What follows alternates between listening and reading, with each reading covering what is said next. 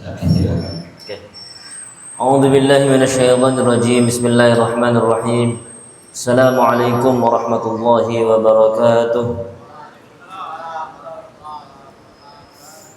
Alhamdulillahi wa kafa. Wassalatu wassalamu ala Rasulillahil Mustafa wa ala alihi wa ashabihi wa man wafa, amma ba'd. Fa ya ayyuhal hadirun, usi nafsi wa iyyakum bittaqwallahi faqad fazal muttaqun. ولا تموتن إلا وأنتم مسلمون. فقال تعالى مذكرا بذلك: أعوذ بالله من الشيطان الرجيم. يا أيها الذين آمنوا اتقوا الله حق تقاته ولا تموتن إلا وأنتم مسلمون. صدق الله العظيم. Alhamdulillah, bersyukur pada Allah Subhanahu wa taala, pada malam hari ini kita sama-sama dapat melanjutkan kembali kajian tauhid. Salawat dan salam tak lupa kita haturkan, kita kirimkan kepada Nabi Muhammad sallallahu alaihi wasallam. Tak lupa kami sampaikan salam ta'zim dan salam hormat kami kepada para pengurus Masjid Haja Sophia dan kepada para jamaah sekalian yang hadir. Mudah-mudahan kajian kita pada malam hari ini dijadikan oleh Allah menjadi kajian yang diberkahi, dan mudah-mudahan ilmu yang kita dapat diberkahi oleh Allah Subhanahu wa taala. Amin amin ya rabbal alamin. Bapak Ibu yang dirahmati Allah Subhanahu wa taala, sebelum kita masuk kepada kajian kita yang insyaallah pada malam hari ini kita akan melanjutkan kembali kajian kisah tentang Nabi Ibrahim alaihi salam al-Khalil.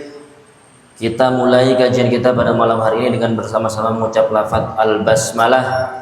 Bismillahirrahmanirrahim. Bapak Ibu rahmati Allah Subhanahu wa taala, mungkin malam hari ini kita cepat kajiannya karena malam hari ini kita nak hadir nuju ada keluarga kita wafat di Kenten, jadi kita ngejar waktu Jadi mungkin malam hari ini kita singkat, kajiannya singkat. Mungkin jadi kajian paling singkat. Tapi jangan sampai malam hari ini kita tidak belajar nian Bapak Ibu dirahmati Allah Subhanahu wa taala, kemarin sudah kita bahas berkenaan dengan pujian-pujian dari Allah kepada Nabi Ibrahim. Betul ya? Ada banyak Allah Subhanahu wa taala memuji Nabi Ibrahim. Nabi Ibrahim adalah sosok Nabi yang mulia. Bahkan Allah Subhanahu wa taala memujinya dengan panggilan Al-Khalil. Apa arti Al-Khalil kemarin? Nabi Ibrahim dianggap oleh Allah menjadi kekasihnya. Artinya apa? Allah cintanya dengan Nabi Ibrahim. Bahkan di antara pujian Nabi Ibrahim yang sudah kita sampaikan kemarin, di antara pujiannya adalah Nabi Ibrahim dijuluki umat oleh Allah Subhanahu wa taala. Umat itu banyak atau sedikit? Bapak Ibu, umat itu kalau ada sebutan umat itu banyak atau sedikit? Banyak. Di antara makna umat yang disandarkan kepada Nabi Ibrahim alaihissalam, bahwasannya Nabi Ibrahim ini punya banyak sifat terpuji. Saking banyaknya sifat terpuji dari Nabi Ibrahim itu, sehingga kalau dikumpulkan kebaikannya, berkumpullah kebaikan-kebaikan seluruh umat. Nah, itu. Jadi makna julukan dari umat, Nabi Ibrahim dijuluki umat. Maksudnya apa? Kebaikannya itu banyak nian, Pak. Kebaikan umat manusia ini kalau digabung, yaitulah kebaikannya Nabi Ibrahim. Ya, itu diantara pujian atau julukan yang Allah sandarkan kepada Nabi Ibrahim alaihissalam. Bapak Ibu dirahmati Allah Subhanahu wa taala, kemarin juga sudah kita sampaikan tentang peta dakwah dari Nabi Ibrahim alaihissalam. Pertama kali Nabi Ibrahim dakwah kemana? Pertama kali Nabi Ibrahim berdakwah di Babil. Babil. Kalau sekarang lebih dikenal dengan Babilonia. Itu di Irak. Tepatnya di daerah yang namanya Kaldan. Jadi Nabi Ibrahim mengawali dakwahnya di satu tempat yang namanya Babil, atau lebih tepatnya di daerah yang namanya Kaldan. Setelah dari sini Nabi Ibrahim hijrah, berpindah ke satu tempat,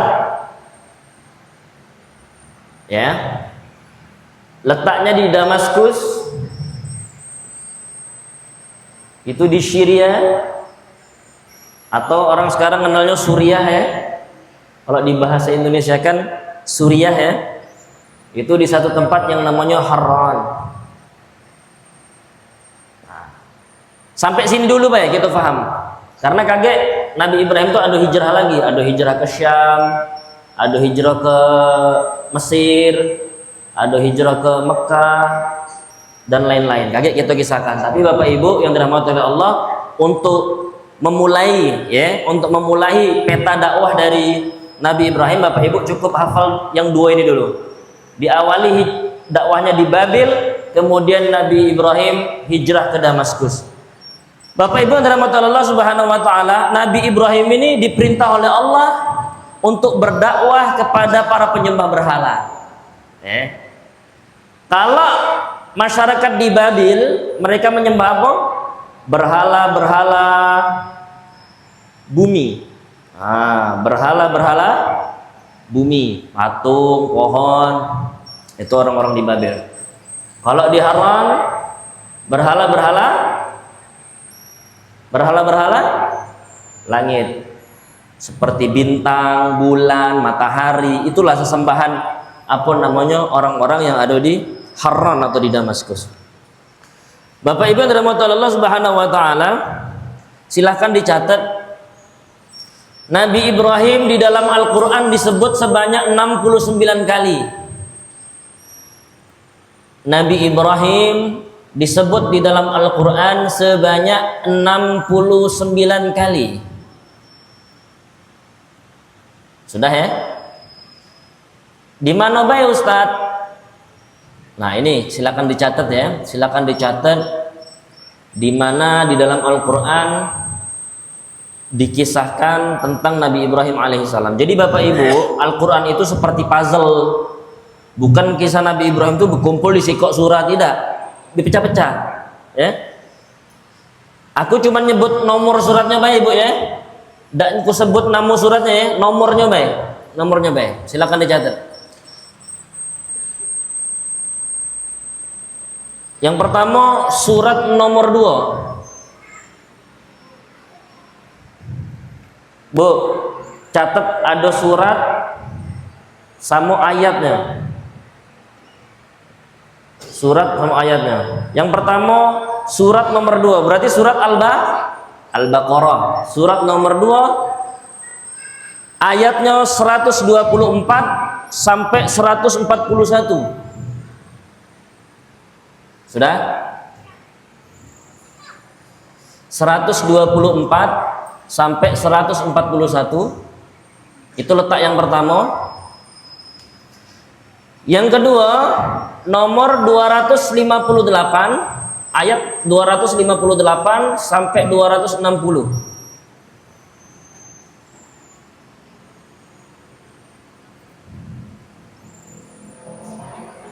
Sudah? Atau Bapak Ibu kalau tidak galak nyatet, kaget kami upload di YouTube. Ya, aku percepat Bay ya, biar cepat. Yang selanjutnya di Quran surat nomor 3 Ali Imran ayat 65 sampai 68. Kemudian ayat 95 sampai 97.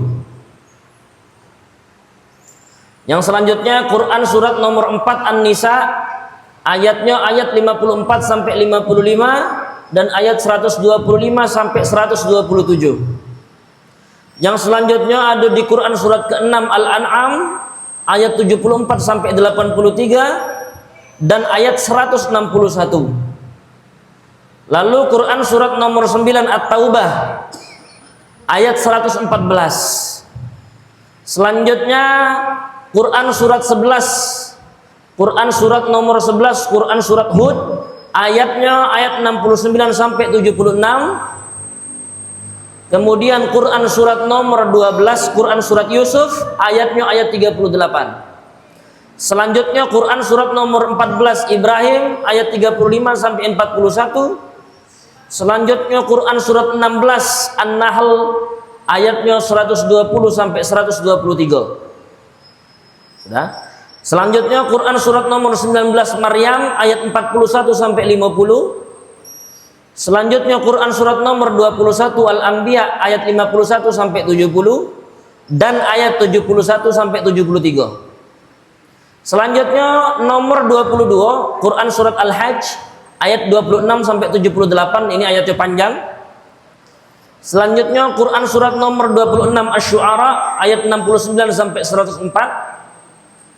Kemudian Quran surat nomor 29 ayatnya 16 sampai 27. Selanjutnya Quran surat nomor 37 As-Saffat ayat 83 sampai 113. Selanjutnya Quran surat nomor 38 Shad ayatnya 45 sampai 47. Selanjutnya ayat Quran surat nomor 43 Az-Zukhruf ayatnya 26 sampai 28. Selanjutnya Quran surat nomor 51 Az-Zariyat 24 ayatnya ayat 24 sampai 30. Selanjutnya Quran surat An-Najm Quran surat nomor 53 ayatnya ayat 36 sampai 37. Selanjutnya Quran surat nomor 57 Al-Hadid ayatnya 26 sampai 27. Selanjutnya Quran surat nomor 60 Al-Mumtahanah ayat 4 sampai ayat 6. Dan yang terakhir Quran surat Al-A'la Quran surat nomor 87 ayatnya ayat 18 sampai 19. Itulah ayat-ayat dalam Al-Quran yang berbicara tentang kisah Nabi Ibrahim alaihissalam. Banyak nih Ustaz, banyak.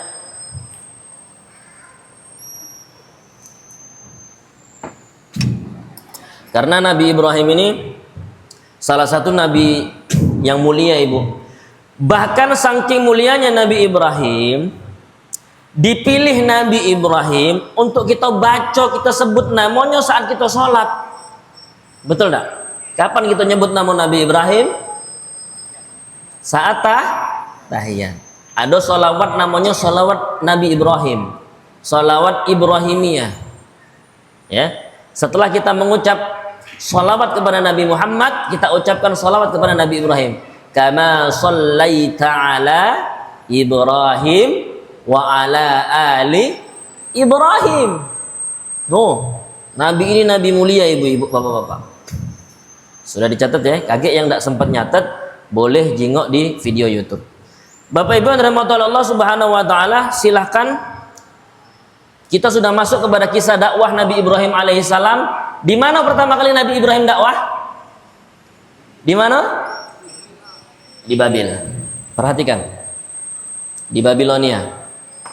Silakan dibuka Quran surat Al-Anbiya ayat 51 sampai 70. Ayat 51 dulu. Ini akan berurutan 51 sampai 70.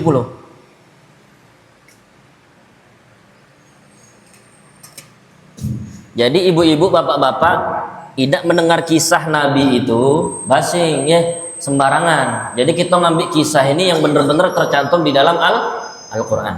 Sudah? Ayat 51 sudah ya? A'udzubillahi minasyaitonirrajim.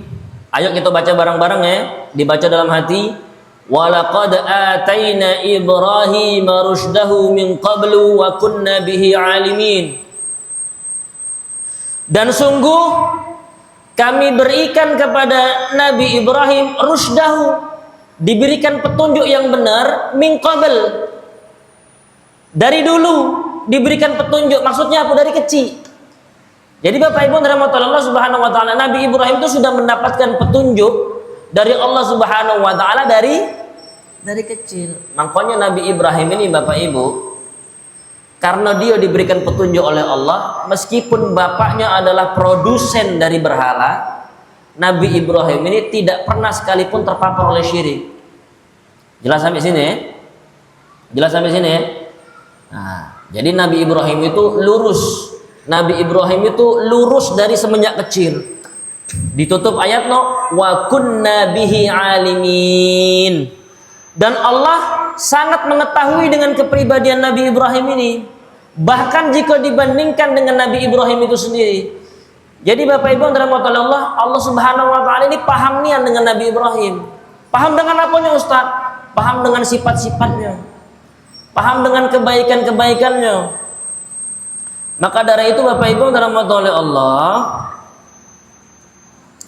Allah Subhanahu wa taala ini paling tahu siapa yang diberikan kerasulan itu dan di mana diturunkan rasul.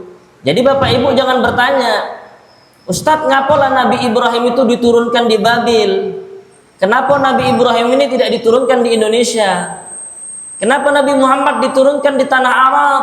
Kenapa tidak diturunkan di Indonesia? Karena sesungguhnya itu semua bagian dari rahasia Allah Subhanahu wa ta'ala. Wa kunna bihi alimin. Hanya Allah lah yang tahu.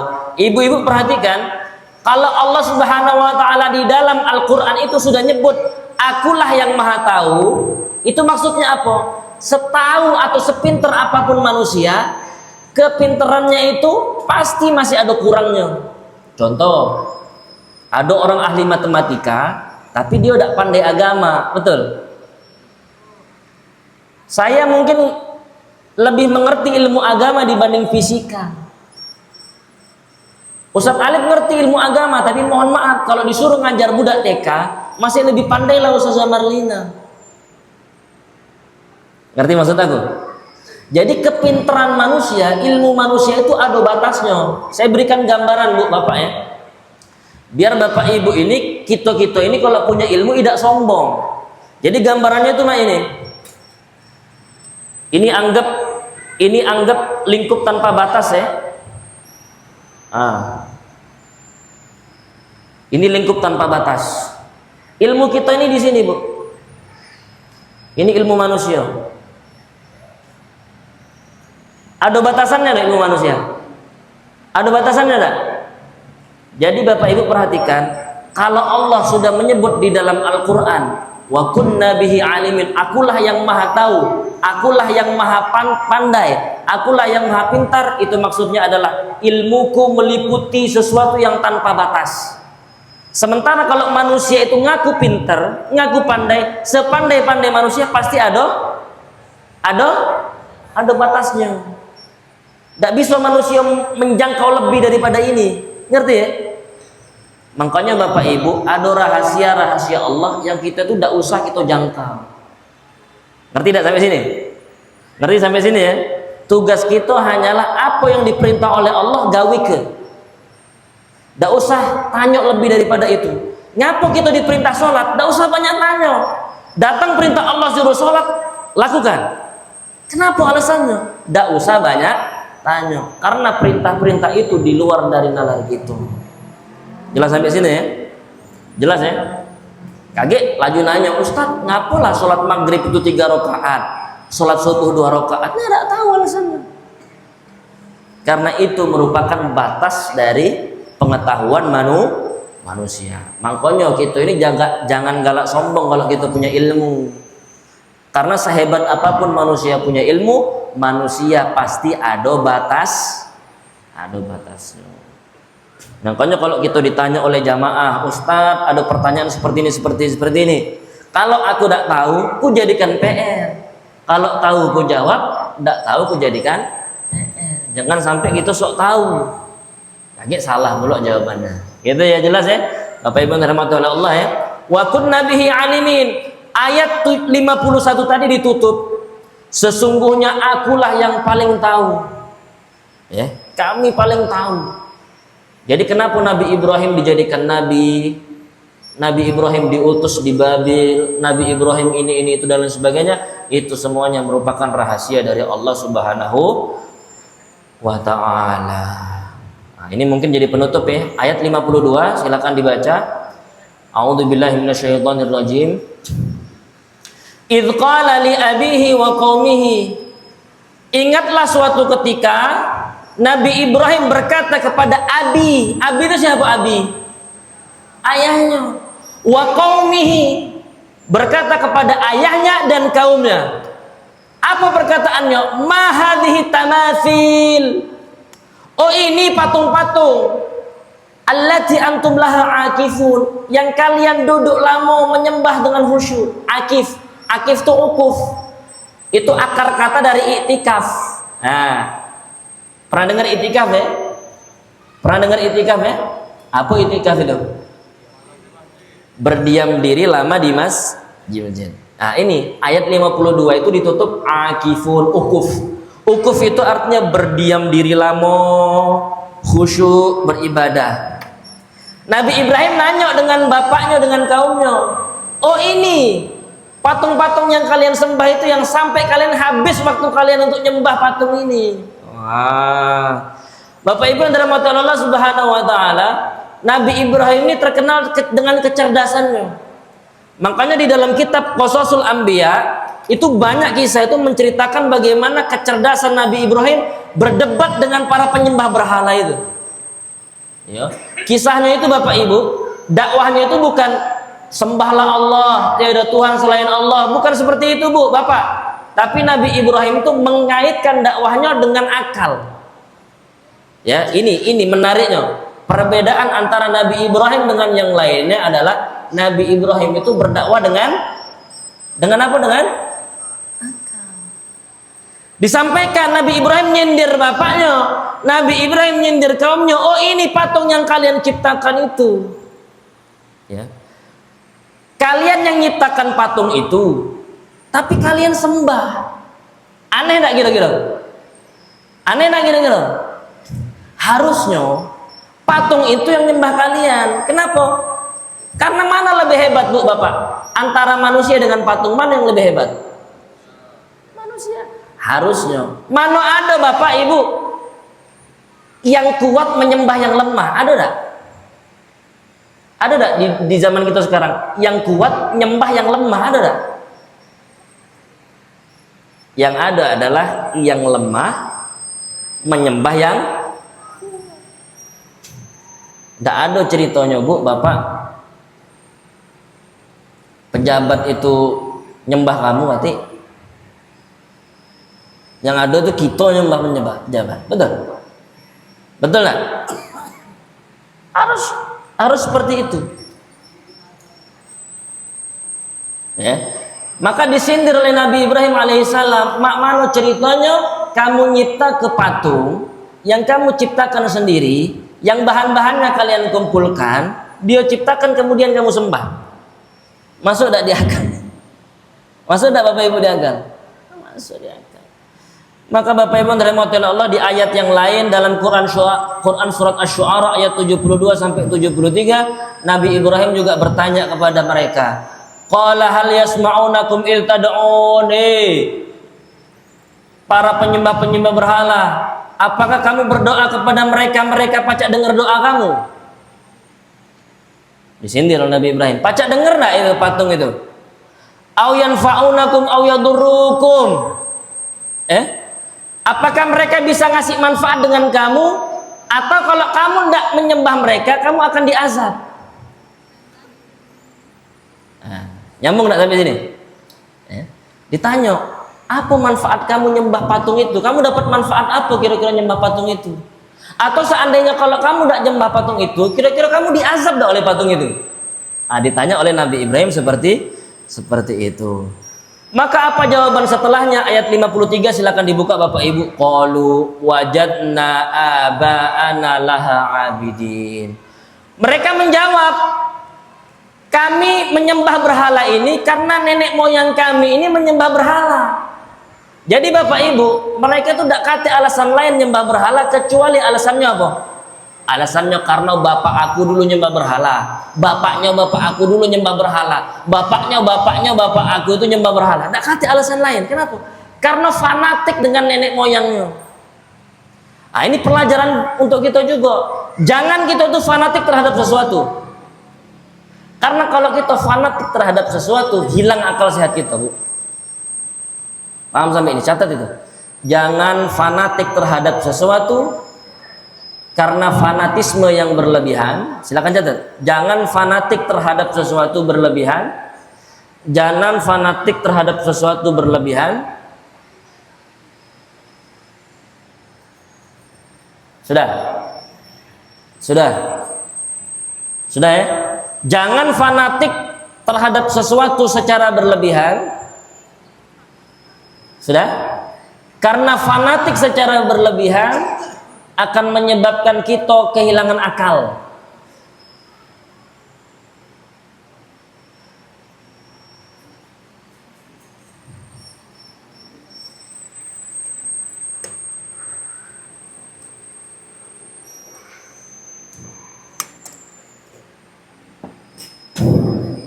Sudah? Sudah. Bapak Ibu ngerti fanatik ya? Ngerti fanatik ya? Apa fanatik itu? Cinta atau sayang yang berlebihan.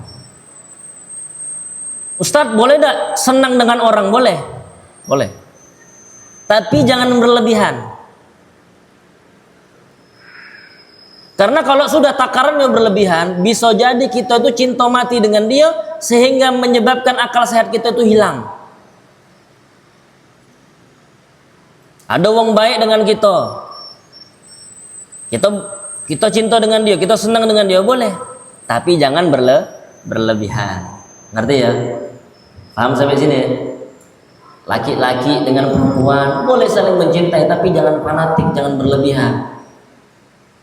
Ini ada nasihatnya, ahbib habibaka haunan ma asa ayyakuna ma baghidaka yawman ma wa abghid baghidaka haunan ma asa ayyakuna habibaka yawman ma.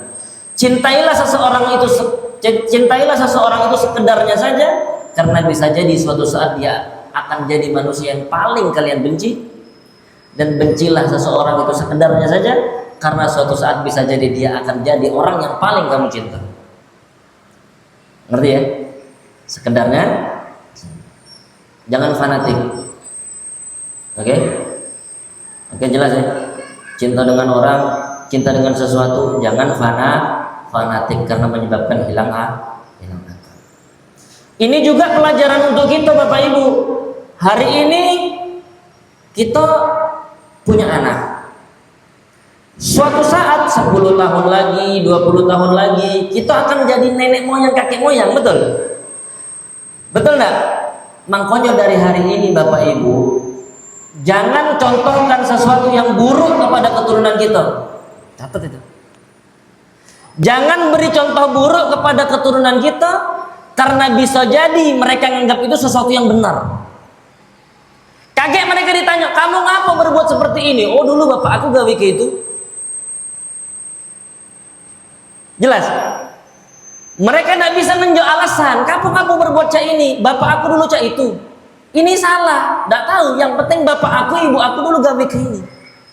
Nah, ini pelajaran untuk kita. Bahkan yang belum menikah, nanti kalian akan menikah, punya anak, maka jangan berikan contoh-contoh yang buruk. Yang belum menikah, seorang guru, Ustazah Heni, Ustazah Sela, Ustadz Gilang, belum menikah, tapi kalian adalah seorang guru, seorang guru punya anak. Jangan beri contoh yang buruk. Kaget mereka mencontohnya tanpa ilmu, ngerti? Kaget dia omongin aja ini. Ngapa kamu makan berdiri? Oh, guru aku makan berdiri. Oh, itu tidak benar, tidak tahu. Tapi guru aku gak mikir buktinya. Jelas sampai sini ya? Qalu wajadna aba'ana laha abidin. Apalagi Bapak Ibu perhatikan, sosok orang tua itu dicintainya. Apalagi sosok guru itu dicintainya. Misalkan ada guru yang dicintai. Biasanya kita kan punya guru favorit ya. Bapak Ibu dulu sekolah di SMP, di SMA pasti punya guru yang paling Bapak Ibu cintai ya. Oh, favorit aku namanya Pak Bambang. Nah, misalkan ada yang namanya Bambang dah, ada samping ini. Tapi alhamdulillah beliau bukan guru ya. Ini Pak Bambang yang lain. Misalkan Pak Bambang ini ngasih contoh yang buruk kepada anak muridnya, baik secara sadar maupun tidak sadar. Nah, masalahnya adalah murid ini cinta mati dengan Pak Bambang itu. Akhirnya apa? Akhirnya ditirunya tingkah dari Pak Bambang tadi. Mereka tidak ngerti alasannya. Yang mereka tahu hanyalah rasa cinta yang berlebihan terhadap Pak Bambang. Nah, gambarnya seperti itu. Orang-orang penyembah berhala itu Bapak Ibu, mereka tidak pakai akalnya untuk menyembah berhala itu. Kenapa? Karena rasa cinta yang berlebihan. Bukankah seorang kekasih yang mencintai luar biasa akan melakukan sesuatu yang bahkan mungkin di luar dari nalar mereka deh. Betul nggak? Makanya ada muncul istilah Laila Majnun. Pernah dengar kisah Laila Majnun? Apa arti Majnun itu? Gila. Karena cinta itu gila, cinta itu butuh. Nah, boleh cinta, Karena hidup tanpa cinta itu seperti apa? Lagunya Nasar itu apa? Hidup tanpa cinta bagai taman tak berbunga. Betul? Iya. Hidup itu harus saling mencintai. Karena Tuhan kita maha cinta. Allah di antara sifat paling utamanya apa? Ar-Rahman Ar-Rahim. Maha kasih, maha sayang, maha cinta. Tetapi Bapak Ibu, yang boleh kita cintai berlebihan hanyalah Allah Subhanahu wa ta'ala. Selain itu, manusia, nabi. Boleh tak kita cinta dengan nabi? Wajib. Tapi cinta dengan nabi pun ada batasannya. Itulah kenapa Allah Subhanahu wa ta'ala berfirman dalam Al-Qur'an, silakan cinta dengan Nabi Muhammad, tapi Nabi Muhammad itu hanyalah manusia biasa. Cintanya jangan terlalu berlebihan. Jangan sampai cinta kita dengan Nabi Muhammad mengalahkan cinta kita kepada Allah Subhanahu wa ta'ala. Maka kita tutup kajian kita pada malam hari ini dengan bersama mengucap lafaz alhamdulillahirabbil alamin, subhanakallahumma wa bihamdika asyhadu an la ilaha illa anta astaghfiruka wa atubu ilaik. Aqulu qawli hadza hadanallahu ajma'in. Assalamu alaikum warahmatullahi wabarakatuh.